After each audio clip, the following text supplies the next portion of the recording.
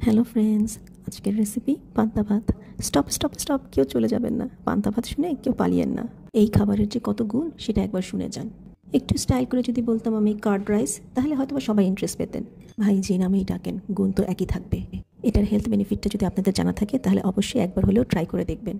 আমাদের গাট সিস্টেমের জন্য এটি একটি অমৃত। এটা বানাতে বেশি কিছু লাগে না, আগের দিন রাতে ভিজিয়ে রাখা ভাত, টক দই এবং স্বাদ মতন লবণ। তবে হ্যাঁ, পরিমাণটা বুঝে খাবেন।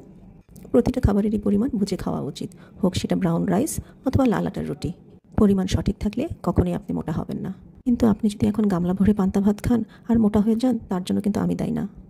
আচ্ছা, আমার কথা যদি বিশ্বাস না হয় তাহলে এক্সপার্টের কথাটা শুনে নিন।